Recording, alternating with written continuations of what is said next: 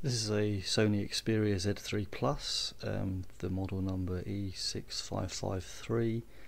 It's currently running Android version 5.02 at the latest firmware release, which is you can see the 251 at the end there. And I just wanted to show you that this appears to upgrade the image stabilization on the camera, because if we go to the manual camera, if we take a look at image stabilization, we see there we have intelligent active in addition to standard and off.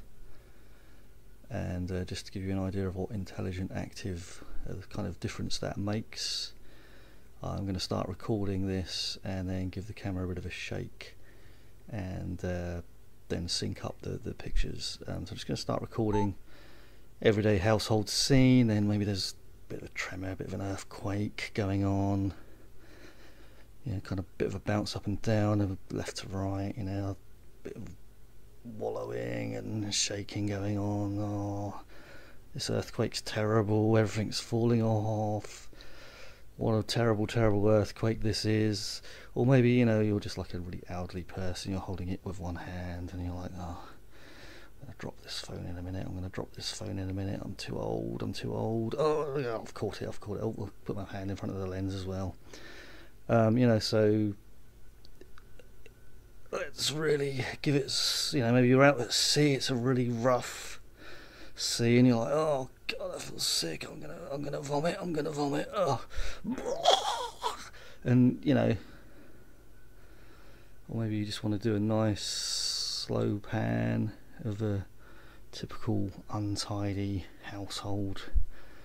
Yeah, I do need to tidy up, sorry about that. And you know, maybe you're going backwards and forwards, bouncing up and down as you're going backwards and forwards, you know.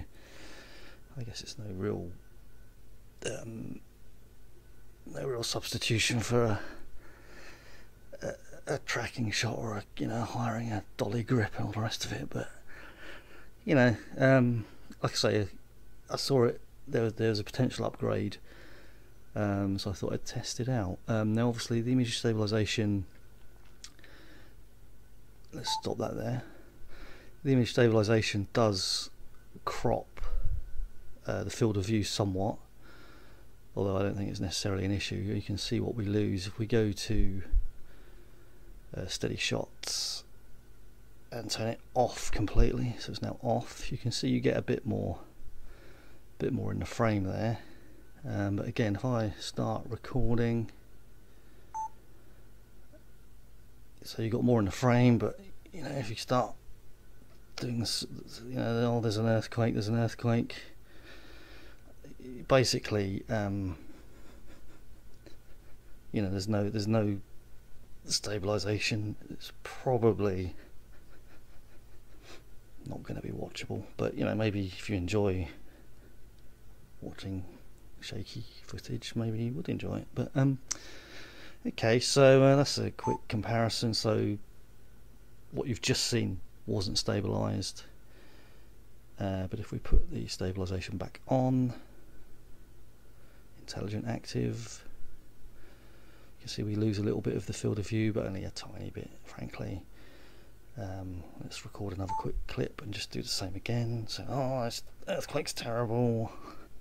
Isn't nature a force to be contended with?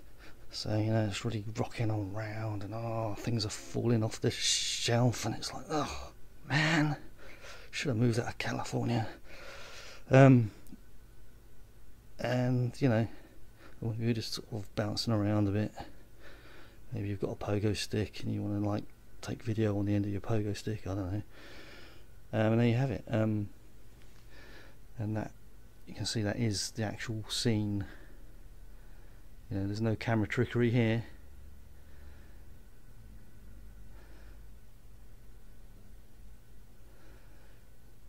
Really giving that quite a good shake, as you can see. In fact, if I put it over here, then I'll be able to put the picture in picture down over there, look, can't I?